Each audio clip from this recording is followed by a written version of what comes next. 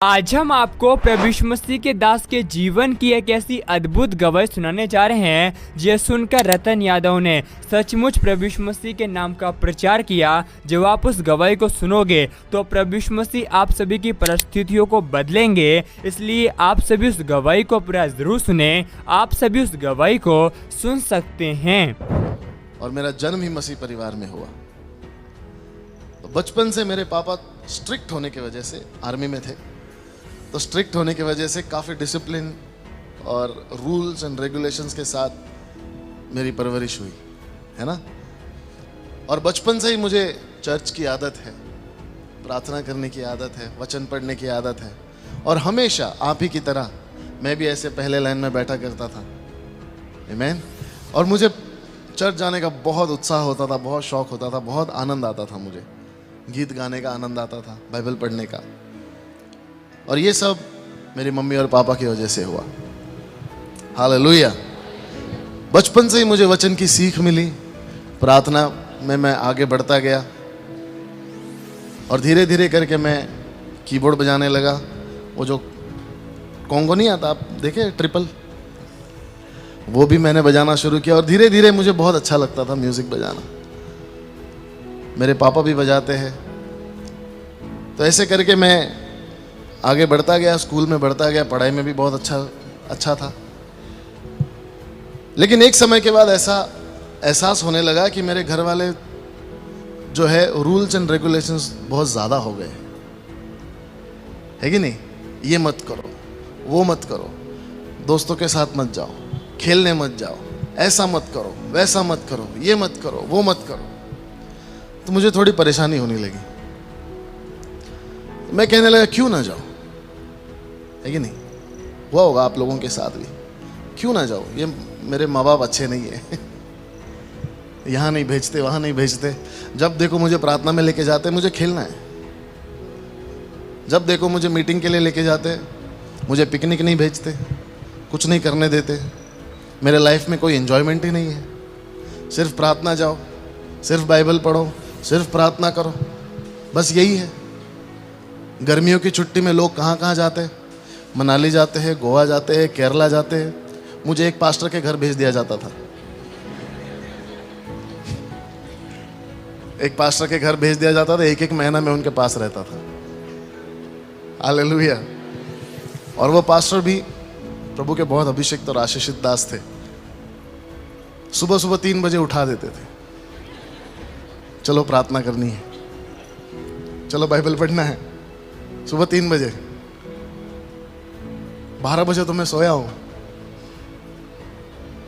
परेशानी होने लगी थोड़ी सी, ये क्या जिंदगी है, मुझे नहीं अच्छा लगता था।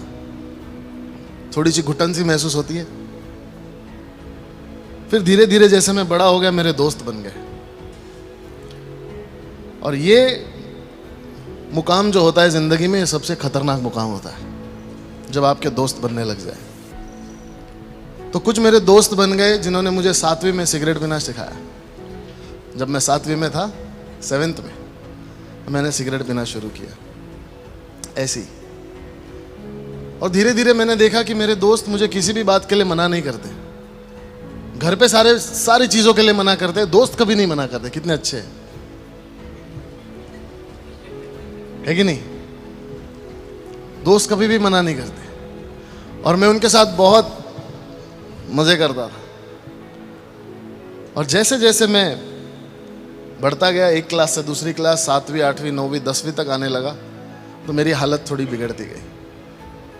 दोस्ती बढ़ने लगी, परमेश्वर से दूर होता गया। संडे को मैं वर्शिप करता था, कीबोर्ड बजाता था। जैसी चर्च से बाहर आ जाए, दोस्त, और फिर उसके बाद सिगरेट पियो, फिर शराब पियो, और धीरे धीरे करके ड्रग्स की भी आदत लग गई। और जब मैं 10वीं में था, तब मुझे ड्रग्स की आदत लग गई। बहुत अच्छा लगता था मुझे जब मेरे साथ 8-10 लोग घूमते थे मुंबई के सड़कों पे। आप जानते हैं मुंबई शहर, वहाँ पर बड़े बड़े लोगों से दोस्ती होना बहुत बड़ी बात मानी जाती है। और मेरे दोस्त भी होते थे सारे गुंडे और लफंगे, जिनके साथ रहकर मुझे ऐसा लगता था कि ये मुझे किसी भी हालात से बचा लेंगे, मुझे छुड़ा लेंगे, मेरे लिए लड़ लेंगे ये लोग, है कि नहीं? एक होता है कि ये मेरे साथ है, ये भाई मेरे साथ है। मुंबई में भाई लोग होते हैं, यहाँ पर पता नहीं, मुंबई के भाई लोग होते हैं। ये मेरे साथ है, ये मुझे बचा लेगा, मुझे कुछ नहीं होगा। जब भी मेरी किसी से लड़ाई होगी ये सब मेरे साथ खड़े होंगे। तो इनसे मेरी दोस्ती बढ़ने लग गई और धीरे धीरे मुझे रियलाइज हुआ कि ये जो मेरे दोस्त है ये कोई मामूली दोस्त नहीं है, बहुत पहुंचे हुए हैं। हर हफ्ते किसी की खबर आ रही है, इसने इसको मार दिया, उसने उसको मार दिया, और मैं तो रोज इनके साथ उठता बैठता हूं। आज इसको जेल में डाल दिया, आज इसको तड़ी पार कर दिया। ऐसी जिंदगी जी रहा हूं मंडे टू सैटरडे, और संडे का सुबह का जो 3 घंटा है वो मैं बहुत पवित्र बन के आराधना करके कीबोर्ड बजा के।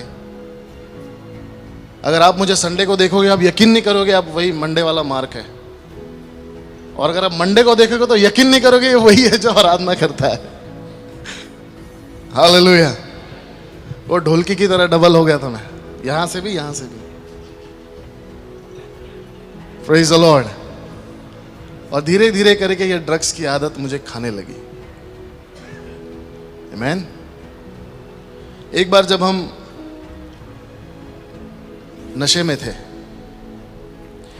तो हमने बहुत ज़्यादा नशा कर ली, और एक समय ऐसा आ गया कि मुझे जो है वो ड्रग्स उसका असर नहीं होता था, मुझे नशा नहीं होती थी। तो उसके लिए दूसरे तरीके हम ढूंढते थे कि इसको और एनहांस करने के लिए, इसको बढ़ाने के लिए हम और क्या किया जाए। तो कोई शराब पी रहा है, तो कोई और ड्रग्स ले रहा है, तो कोई कुछ और कर रहा है। तो मेरे एक दोस्त था, उसने अपने पॉकेट में से एक टैबलेट का पैकेट निकाला, पता नहीं कहाँ से लाया था। उसमें से 2 गोलियां ली, उसने खा ली। दोपहर का समय था, उसने खा ली और वो ऐसे लेट गया। हम अपने घर चले गए, रात को फिर आए, देखे तो वो लेटा हुआ है। तो हमने कहा दोपहर को उठा होगा, सो के वापस कुछ पी के वापस सो गया होगा। फिर हम घर चले गए। दूसरे दिन सुबह हम आए तो देखा तो फिर भी लेटा हुआ है।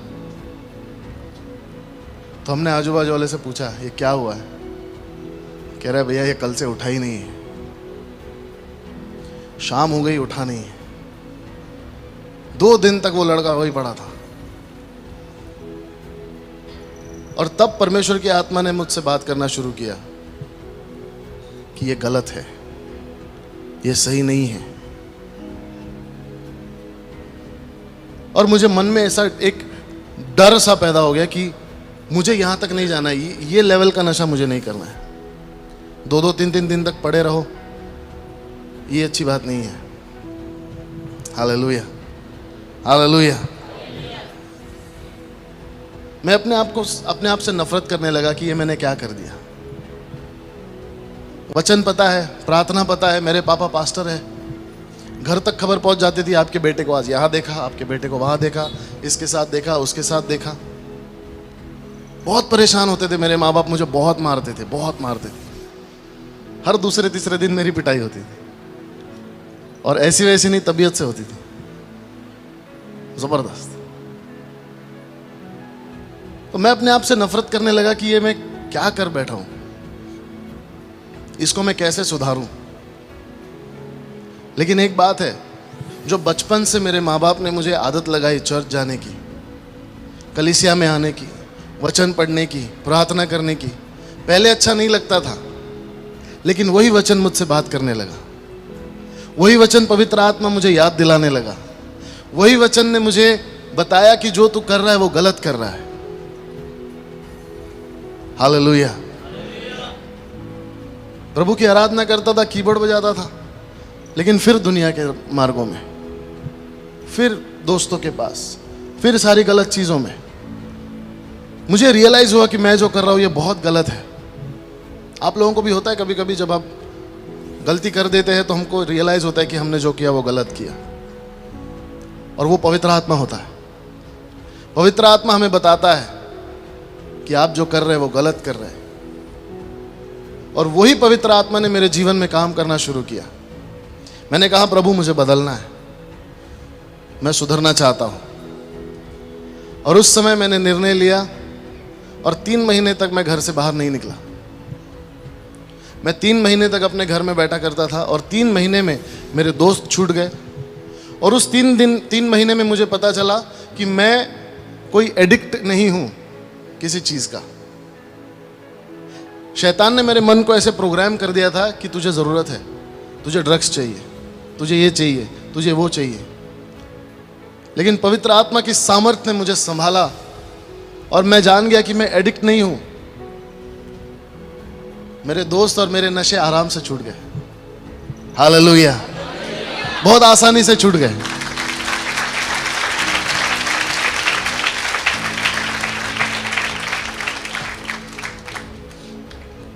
और जिस जगह पर हम ड्रग्स लेने के लिए जाते थे, आज परमेश्वर ने उसी एरिया में मुझे एक सेवकाई दी है।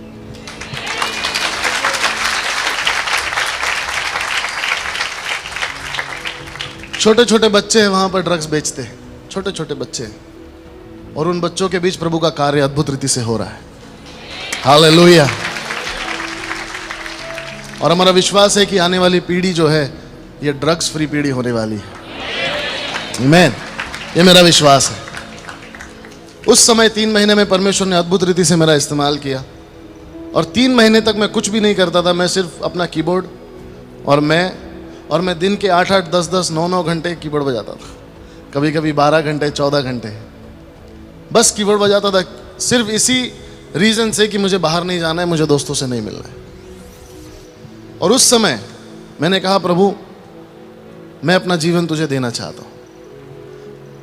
कीबोर्ड मैंने अपने आप से सीख लिया, गाना भी गाना मैंने अपने आप से सीख लिया, जो भी था थोड़ा मोटा बजा लेता हूँ, गा लेता हूँ, और ये प्रभु ने मुझे सिखाया। और उस समय जब मैं आराधना कर रहा था, जब मैं प्रैक्टिस कर रहा था, तब प्रभु ने मुझे एक गीत दिया कि यीशु तेरे करीब आने से जिंदगी मेरी बदल गई।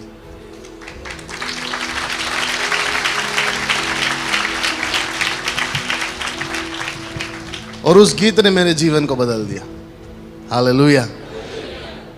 उस गीत के जरिए मैंने परमेश्वर की महिमा की, प्रभु को आदर दिया। और एक ही गीत मैंने लिखा था, हमारी टीम ने मिलकर उसको बनाया, उसको लिखा। और उसके बाद 3 साल तक मैंने इस गीत को कहीं नहीं गाया। 3 years, 3 साल तक ये गीत मेरे पास ही था, क्योंकि ये मेरा पर्सनल टेस्टमनी है, मेरी पर्सनल वर्शिप है परमेश्वर के लिए। 3 साल तक ऐसे किसी अगर चर्च में चला गया तो मैं गा देता था। हमारे चर्च में गाता था, छोटे मोटे जो घर की कलीसिया होती है वहाँ गाता था। तो किसी ने सुना और कहा कि आपको इसको रिकॉर्ड करना चाहिए। मैंने कहा मेरे पास पैसे नहीं है, इसको बनाने में काफ़ी खर्चा आता है। और उन ज़माने में एक सीडी आती थी, सीडी पता है आपको? एक सीडी आती थी ना, सीडी गानों की, आप लोगों ने घर में चलाई होगी, कार में चलाई होगी। तो उस सीडी में 7-8 गाने होते थे। अरे मेरा एक ही गाना है, मैं एक गाने के लिए क्या सीडी बनाऊंगा, कहाँ से सीडी बनाऊंगा? लेकिन प्रभु की आत्मा की गाइडेंस के हिसाब से हम आगे चले। प्रभु ने हमें बताया क्या करना है, कैसे करना है, और इसका हमने वीडियो बनाने का सोचा। और जब वीडियो बनाया, शुरू हमने 0 से किया। मेरे पास 5,000 रुपये थे, उससे हमने शुरू किया। और चलते चलते 1 लाख रुपए तक हमने सिर्फ एक गाने के पीछे खर्चा कर दिया। 1 लाख रुपए। ये तकरीबन 6-7 साल पहले की बात है। तब शायद हम तभी मिले थे मेरे ख्याल, उसी दौरान 1 लाख रुपए तक मैंने खर्चा कर दिया। और जब गाना ख़त्म हो गया, पूरा बन गया, तो मुझे लगा कि मैंने बहुत बड़ी गलती कर दी, इतना पैसा मेरा चला गया। क्योंकि 1 लाख में तब पूरा एल्बम बन जाता था 6-6, 7-7 गाने का। जब मैंने ख़त्म किया तो मुझे लगा बहुत बड़ी गलती कर दी, ये मैंने नहीं करना चाहिए था। तो मैं थोड़ा निराश था, थोड़ा अपसेट था। फिर भी हमने उसको YouTube पर डाला। 15 अगस्त के दिन हमने उसको रिलीज़ किया। और जब रिलीज़ किया तो पहले ही दिन 24 घंटे के अंदर उसके 25,000 व्यूज़ हो गए। 25,000 व्यूज़ इन 1 डे। 25,000 लोगों ने उसको देखा। तो मुझे थोड़ी तसल्ली मिली। और 2 महीने तक, 2-2.5 महीने तक ये सिलसिला चलता रहा। 25,000, 15,000, 20,000 लोग रोज़ उस गीत को देखते थे, रोज़ उसको सुनते थे। और धीरे धीरे ऐसा हुआ कि मुझे मैसेजेस आने लगे, कमेंट्स आने लगे। आप देखते ना यूट्यूब पर कमेंट आते हैं, फेसबुक पर मैसेज आते हैं। तो एक रात को मैं जब मैसेजेस स्क्रॉल कर रहा था तो उसमें मैंने एक नाम देखा जो मसीही नाम नहीं था। मैंने उस मैसेज को ओपन किया तो उसमें लिखा हुआ था, brother thank you for the song, very blessed, God bless you. मैंने उसको थैंक यू रिप्लाई करके मैं सो गया।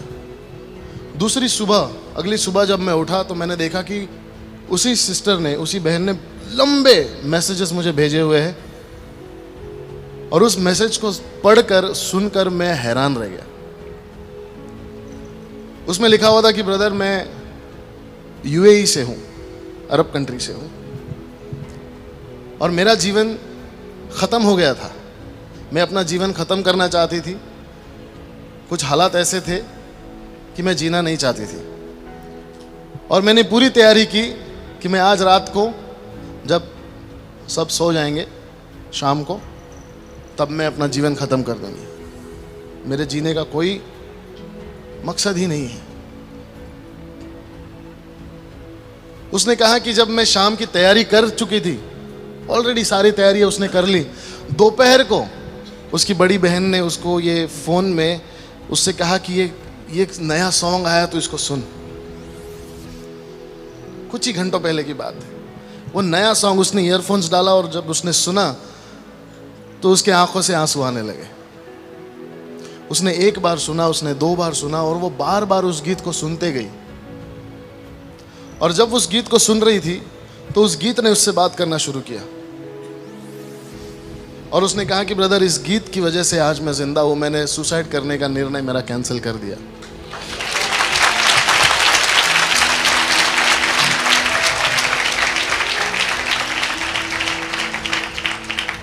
वो मैसेजेस आज भी मेरे पास है।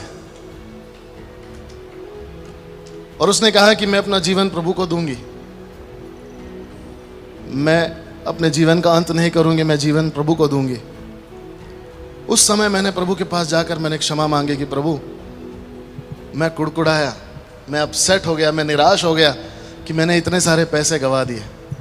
लेकिन प्रभु अगर इस गीत की वजह से एक आत्मा भी तेरे पास आता है तो ये मेरे लिए बहुत आनंद की बात है।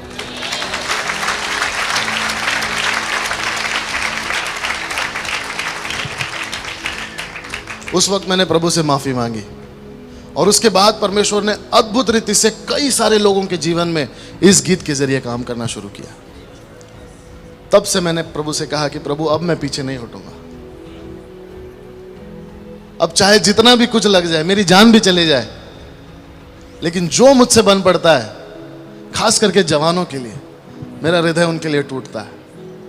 क्योंकि मैं जिस जगह से आया हूं, मैं चाहता हूं कि कोई भी उस परिस्थिति से ना गुजरे।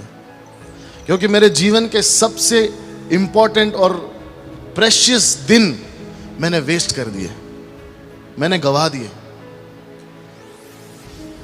मैंने जो मेरा प्राइम टाइम था, 15, 16, 17, 18, 19, 20 साल का, 22 साल तक का, मैंने उसको वेस्ट कर दिया पूरी तरह से। 20 साल तक आप जवानों को मैं चैलेंज करना चाहता हूं कि नशा करना कोई बड़ी बात नहीं है, बहुत आसान है। रिलेशनशिप में रहना कोई बड़ी बात नहीं है, बहुत आसान है। माँ बाप से बगावत करना कोई बड़ी बात नहीं है। प्रभु के लिए जी के दिखाओ तो मैं मानूं। यीशु ही सबसे बड़ा है।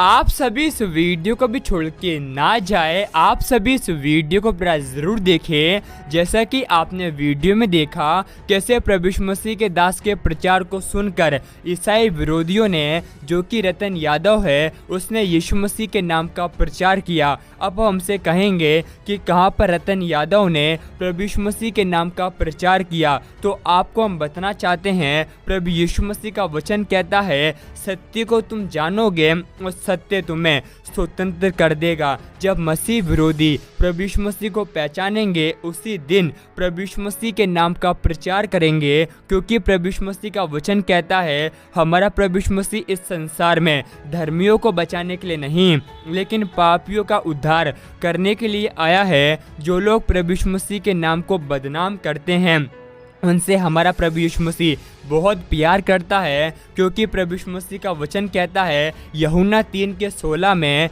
क्योंकि परमेश्वर ने जगत से ऐसा प्रेम रखा कि अपना इकलौते पुत्र को दे दिया, ताकि जो कोई उस पर विश्वास करे वह नाश ना हो लेकिन अनंत जीवन को प्राप्त करे। प्रभु यीशु मसीह का वचन कहता है हमारा प्रभु यीशु मसीह इस संसार में इसलिए आया है कि हम जीवन को पाए और बहुतायत के जीवन को प्राप्त करें। और प्रभु यीशु मसीह का वचन कहता है क्योंकि परमेश्वर ने जगत के नीचों को और तुच्छों को, जो है भी नहीं हैं, उनको चुन लिया है, ताकि जो हैं और घमंड करते हैं वह लज्जित करे। आपको हम बताना चाहते हैं ईसाई विरोधियों का एक ही काम होता है, जहां पर प्रभु यीशु मसीह के नाम का प्रचार होता है वहाँ पर मसीह विरोधी चले जाते हैं और यीशु मसीह के लोगों को उन्हें सताते हैं और कहते हैं तुम्हारा प्रभु यीशु मसीह खुद को तो नहीं बचा पाया, हमको क्या बचा पाएगा। ऐसे बहुत सारे झूठे आरोप ईसाई विरोधी मसीह लोगों पर लगाते हैं। लेकिन आपको हम बताना चाहते हैं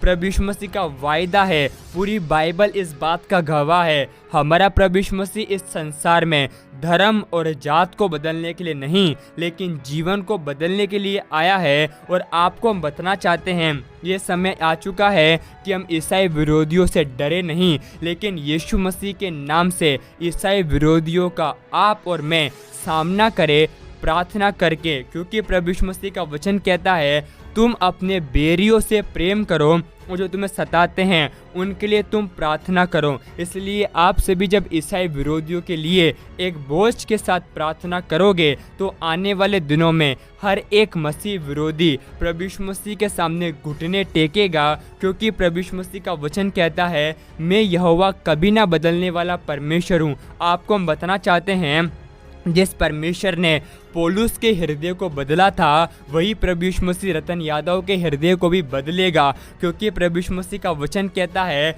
ना तो बल से ना तो शक्ति से लेकिन प्रभु यीशु मसीह की आत्मा के द्वारा होगा। और प्रभु यीशु मसीह का वचन कहता है तुम जाओ और सारे जगत के लोगों को प्रभु यीशु मसीह के बारे में बताओ, पिता पुत्र पवित्र आत्मा के नाम से उन्हें बपतिस्मा दो और देखो जगत के अंत तक सदैव मैं तुम्हारे साथ रहूंगा। आपको हम बताना चाहते हैं हमारा प्रभु यीशु मसीह इस संसार में पापियों का उद्धार करने के लिए आया है, जिनके जीवन में कोई भी आशा नहीं है उन्हें हमारा प्रभु यीशु मसीह उठाकर खड़ा कर देता है। और यीशु मसीह का वचन कहता है जैसा कि आपने प्रभु यीशु मसीह के दास के जीवन की अद्भुत गवाही को सुना कि कैसे वो नशे में थे लेकिन प्रभु यीशु मसीह ने उन्हें खींच निकाला। आपको हम बताना चाहते हैं प्रभु यीशु मसीह ने आपके लिए अपने कीमती लहू को बहाया है और प्रभु यीशु मसीह ये चाहते हैं कि आप बहुतायत के जीवन को प्राप्त करें।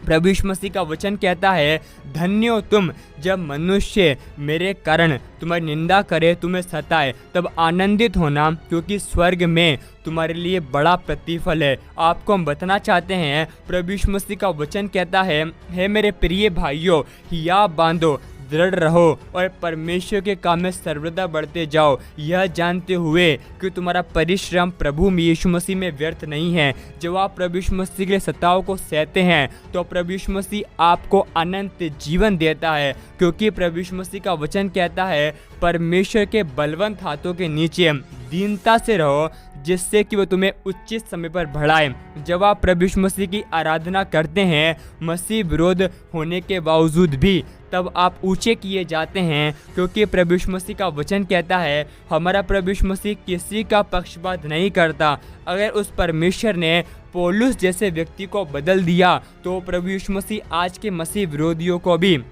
बदलने की सामर्थ्य रखता है। शर्त बस एक ही है कि हम ईसाई विरोधियों के लिए प्रार्थना करें। और आपको हम बताना चाहते हैं प्रभु यीशु मसीह का वचन कहता है इन ईसाई विरोधियों की आंखें इस संसार के ईश्वरों ने अंधी कर दी है ताकि सत्य जो कि हमारा प्रभु यीशु मसीह है उसे ना पहचान पाए। और प्रभु यीशु मसीह का वचन कहता है ये ना तो बल से होगा ना शक्ति से होगा। हम आपको बार बार ये बातें इसलिए कहते हैं क्योंकि प्रभु यीशु मसीह नहीं चाहता कि कोई भी व्यक्ति नाश ना हो लेकिन सब अनंत जीवन को प्राप्त करे। आप सभी इस अद्भुत गवाही को एक व्यक्ति के साथ जरूर शेयर करें ताकि वह व्यक्ति आपके द्वारा सच्चाई को पहचान सके और नरक की आग से बचाया जाए। क्योंकि प्रभु यीशु मसीह का वचन कहता है हमारा प्रभु यीशु मसीह पापियों से बहुत प्यार करता है। और आप सभी हमारे YouTube चैनल को सब्सक्राइब कर ले। क्या पता एक प्रभु यीशु मसीह का वचन आपकी पूरी ज़िंदगी को बदल दे। आप सभी इस वीडियो को एक लाइक भी कर दे ताकि YouTube हमारी इस वीडियो को ज़्यादा लोगों तक रेकमेंड कर सके और यीशु मसीह का प्रचार लाखों लोगों तक पहुंच सके, जिससे कि हमारा प्रभु यीशु मसीह जल्दी आ जाए और हमें स्वर्ग में ले जाए। प्रभु यीशु मसीह आप सभी को बहुत आशीष दे।